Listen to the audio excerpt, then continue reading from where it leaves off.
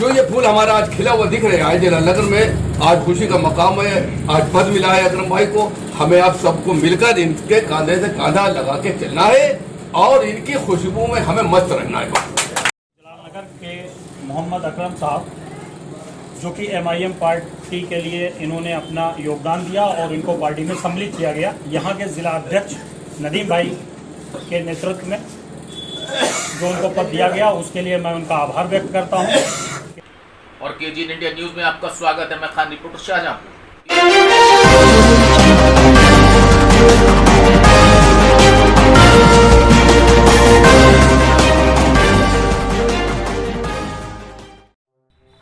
और AIM यानी all India Majlise Ittehadul मुस्लिमीन ओवैसी की पार्टी से नगर विधानसभा अध्यक्ष होंगे मोहम्मद अकरम।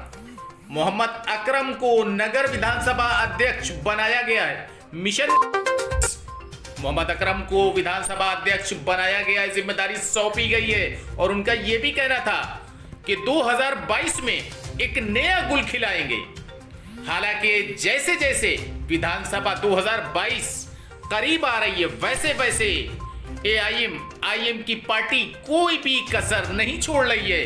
और अगर इसी तरीके से सिलसिलेवार जिस तरीके से मिशन 2022 की तैयारियां AIM ने चालू करी हैं, उससे आने वाले समय में मुस्लिम वोटरों में सेंध लग सकती है। जिस तरीके से उबाल, जिस तरीके से उठान हो रहा है, ओवैसी की पार्टी की शहीदों की नगरी में दस्तक, जिस तरीके से मुस्लिम समुदाय ने कमान संभाली है, आने वाले समय में मुस्लिम वोटरों में सेंध लग सकती है।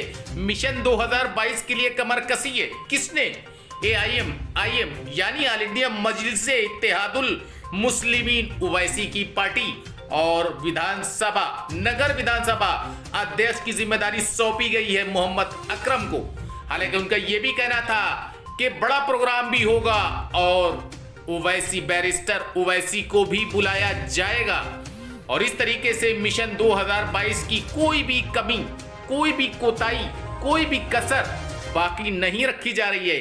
हालांकि जैसे जैसे तारीख विधानसभा 2022 की करीब आ रही है वैसे वैसे यूपी के साथ साथ शहीदों की नगरी शाहजहांपुर में भी एक नया स्टाइल, एक पार्टी का नया लुक जो है वो आगामी विधानसभा 2022 में देखने को मिलेगा। AIM की party all India Majlise Ittehadul Muslimeen और यह भी कहना है मोहम्मद अकरम का कि दमखम के साथ 2022 का चुनाव शहीदों की नगरी शाहजहांपुर से लड़ाया जाएगा। हालांकि उनका यह भी कहना है आने वाले समय में प्रोग्राम हमने सेट करा है और ओवैसी साहब को भी बुलाएंगे, लेकिन दिन प्रतिदिन एक शबाब, एक जोश, एक खरोश, एक नई ऊर्जा दिखाई दे रही है AIM की पार्टी में और नगर विधानसभा की जिम्मेदारी सौंपी गई है मोहम्मद अकरम को। हालांकि और भी पार्टी के नेताओं ने क्या कुछ कहा आपको हम विस्तार से आगे दिखाते हैं।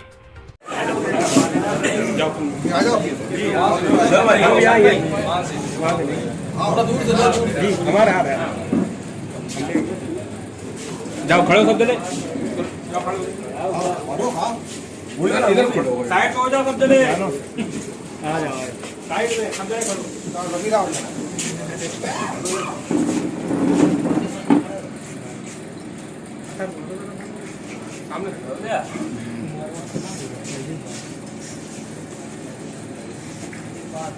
भाई रुक जाओ जरा।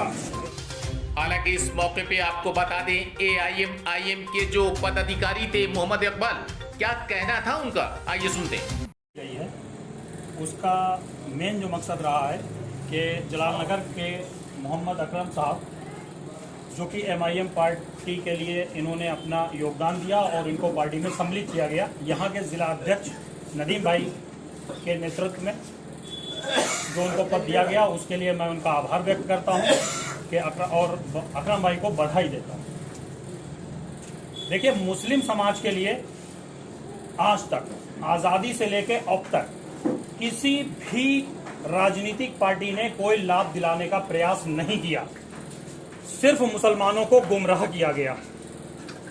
अगर असदुद्दीन ओवैसी, बैरिस्टर असदुद्दीन ओवैसी, जो कि विदेश से वकालत पास करे हुए हैं, अगर उसको यहाँ की भारत की कोई राजनीति पार्टी अगर उनको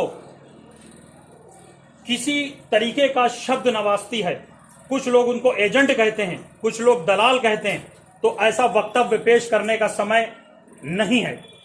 अगर कोई पार्टियां ये कहती हैं तो बिल्कुल गलत है, वो सिर्फ मुसलमानों को गुमराह कर रही हैं। असदुद्दीन ओवैसी मुसलमानों के मसीहा हैं।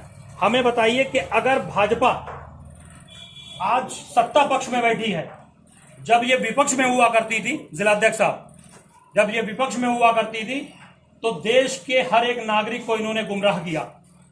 इन्होंने कहा कि कांग्रेस की सरकार में महंगाई चरम पर पहुंच गई। मैं आज उस सत्ता पक्ष से पूछना चाहता हूं कि आपके जमाने में क्या हो रहा है? पेट्रोल 100 रुपए के पार, सरसों का तेल 100 रुपए के पार, 180 रुपए लीटर बिक रहा है। और गैस सिलेंडर, जो स्मृति ईरानी इस समय वरिष्ठ पदाधिकारी हैं भाजपा की, इन्होंने एक बार दिल्ली में गैस सिलेंडर के ऊपर एक आंदोलन किया था, वो सबको बखूबी याद होगा। लेकिन आज गैस की कीमत 900 या 800 रुपए कुछ है, पहले ये 400 रुपए हुआ करती थी। अगर ये भाजपा के लोग ये कहते हैं कि सबका साथ सबका विकास, तो ये मैं शब्द उनके कहता हूं, ये भी निराधार हैं, ये बिल्कुल झूठ हैं।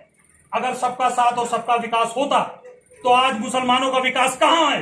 मैं चाहता हूं ये दिखाएं, कहां है आपकी सोच और सबका साथ सबका विकास? ये मंच से कहते हैं कि मुसलमानों का विकास, सबका साथ सबका विकास। मैं तो यहां तक ये दावा करता हूं, ये कहते हैं कि ये हमारी भाजपा हिंदुत्व पार्टी है, तो ये हिंदुत्व पार्टी भी नहीं है। अगर हिंदुओं के लिए इन्होंने बहुत कुछ सोचा होता तो आज मंदिर के प्रत्येक पुजारी को आज 8 या 10 या 6,000 रुपए तनख्वाह होती। अगर ये हमारी हालांकि आपको बता दें, पार्टी के कार्यकर्ता पुत्तन का क्या कहना था। पुत्तन ने मोहम्मद अकरम को पद मिलने से कितना खुश है, उनकी खुशी का अंदाजा आप इसी बात से ही लगा सकते हैं। जो ये फूल हमारा आज खिला हुआ दिख रहा है आज जलालनगर में, आज खुशी का मकाम है, आज पद मिला है अकरम भाई को।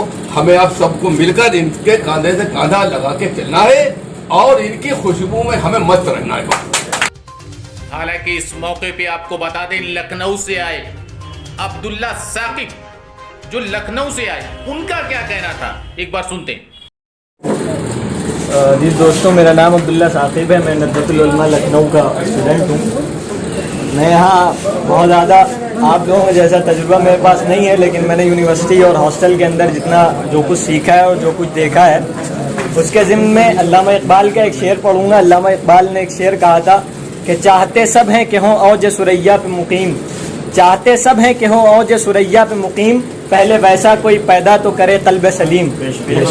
हम लोग 70 साल से अगर आप हिस्ट्री उठा के पढ़ेंगे तो कोई भी सेकुलर पार्टी हो, वो कांग्रेस हो, वो उसके अलावा चाहे वो बिहार के अंदर छोटी छोटी सेकुलर पार्टीज हो, यूपी के अंदर छोटी सेकुलर पार्टीज हो, कांग्रेस हो, भाजपा हो या दीगर सेकुलर पार्टीज हो, उन्होंने सिर्फ हमारा इस्तेसाल किया है, महज इस्तेसाल किया है, इसके अलावा कुछ नहीं किया है। मैं आपको याद दिला दूं कि जब नेहरू प्राइम मिनिस्टर बने उस वक्त उन्होंने क्या किया मुसलमानों के साथ। ये कांग्रेस बात आपको नहीं बताएगी, ये बात हमें अपनी कौम के लोगों को खुद बताना है कि कांग्रेस ने आपके साथ अच्छा नहीं किया है। यहाँ आप अगर हिंदुस्तान के अंदर सबसे पिछड़ी कौम माने जाते हैं तो इसमें सबसे बड़ा हाथ कांग्रेस का है। ये बात हमें बताना है, क्योंकि मुसलमान कौम अपने मसीहा कांग्रेस को समझ रही है। ये बात हम नहीं बताएंगे तो और बताएगा कौन? और हमारे जितने भी रहबरान वतन है, जितने भी कायदीन हैं, वो हर साल या जब कभी ऐसा मौका पड़ता है वो सिर्फ बड़ी बड़ी बातें करके खत्म कर देते हैं। लेकिन आज जब हमें एक उम्मीद मिली है कि हाँ, हम जिस प्लेटफॉर्म से अपनी बात को रख सकते हैं, आगे बढ़ सकते हैं, तो हमें उसमें रखना चाहिए। एक क्यूबा का एक फॉर्मर मिनिस्टर था, उसने एक मरतबा ये बात कही थी कि मैंने कब्रिस्तान के अंदर ऐसे हजारों लोगों की कब्रें देखी हैं जो ये सोचा करते थे कि अगर हम अपने हक के लिए लड़ेंगे तो मारे जाएंगे। मेरे अजीज दोस्तों, आज वो मौका है कि हम कांधे से कांधा मिला के मुत्तहिद होके एक प्लेटफॉर्म के जरिए आगे आए।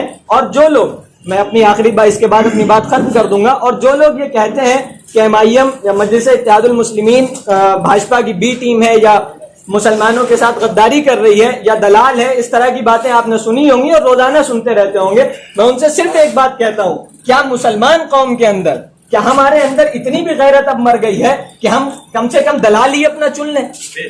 हम दलाल तो अपना चुन ही सकते हैं। अरे इलेक्शन का मतलब क्या होता है कि अपना नुमाइंदा चुन के आगे बैठालना ताकि वो आपके हक की बात कर सके, और इसमें कोई ढकी छुपी बात नहीं है और इसको कहते हुए डरना भी नहीं चाहिए। भाई अगर कोई गैर मुस्लिम कौम का नुमाइंदा है और वो आगे जाके बात कर रहा है तो वो अपनी कौम की बात करेगा और ये उसका हक है, इसीलिए उसकी कौम ने उसको आगे बढ़ाया है। अगर आज हम अपना नुमाइंदा आगे भेज रहे हैं और वो हमारा काम नहीं कर रहे तो असल में तो गद्दार वो है, हम दूसरों को क्यों कहते फिर रहे हैं? So friends, if you want to see these kind of facts in future, please subscribe to our channel and watch the latest videos by liking it and pressing the bell icon.